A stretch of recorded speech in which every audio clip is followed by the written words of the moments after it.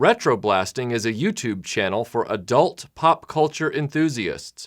Anyone under the age of 13 should only watch this channel with your parents. Retroblasting is not a children's channel.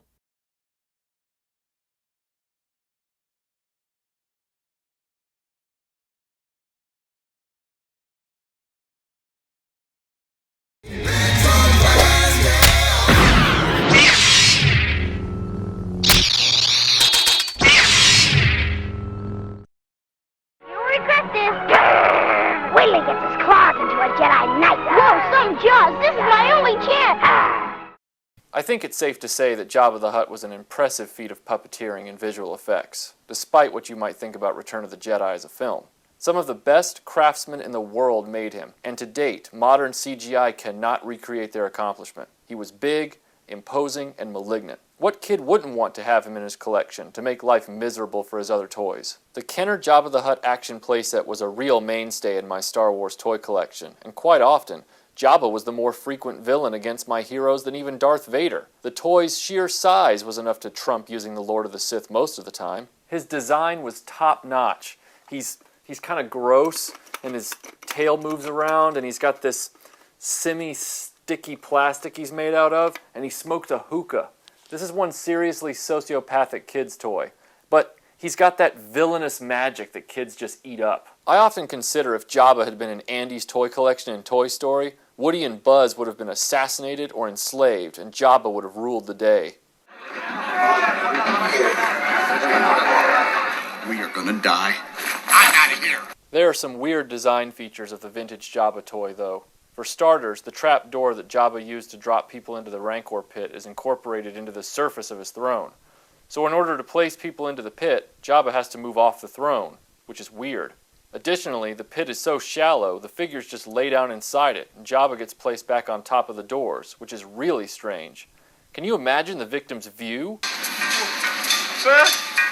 No, mister, please! Please, sir! No, Oh, no, not the... Oh, no! Oh, please, your enormous, anything but chili! The extreme consolidation of space here just leaves you with the feeling that the whole playset should have been bigger. I distinctly remember when I got my Jabba the Hutt that the Rancor hadn't come out yet.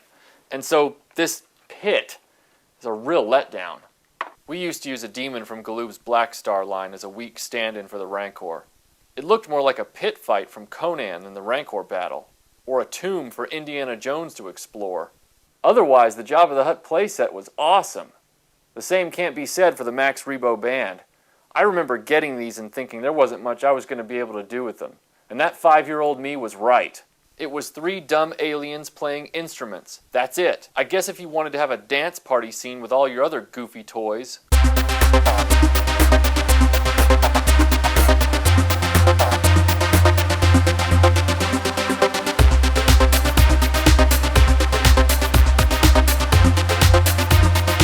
Then the Max Rebo band was perfect for you. In the original Star Wars line and in the Empire Strikes Back line, Kenner focused on action, action, and more action. I know I've already said this in a previous video, but it bears repeating for a specific reason. Kenner had an opportunity to make figures of the Cantina band because in 1979 they made a Creature Cantina playset. They also made a number of the aliens from the bar, just as they made a lot of the aliens in Jabba's palace. But someone wisely made the decision to relegate the Cantina band to a cardboard backdrop on the playset. Why? Because they had no action value. The Cantina playset focuses on action, with features to recreate Ben Kenobi cutting off Walrus Man's hand, or Han Solo shooting Greedo, or stormtroopers bursting in the doors of the Cantina. We never missed not having the Cantina band as toys. It wasn't relevant to the toy line's purpose. The Max Rebo band should have been the same, just a slab of cardboard behind Jabba's throne. That's all the Rebo band I need for my playtime, people. Just give me some atmosphere and stay in the background, like in the movie. Well, the original version of the movie anyway.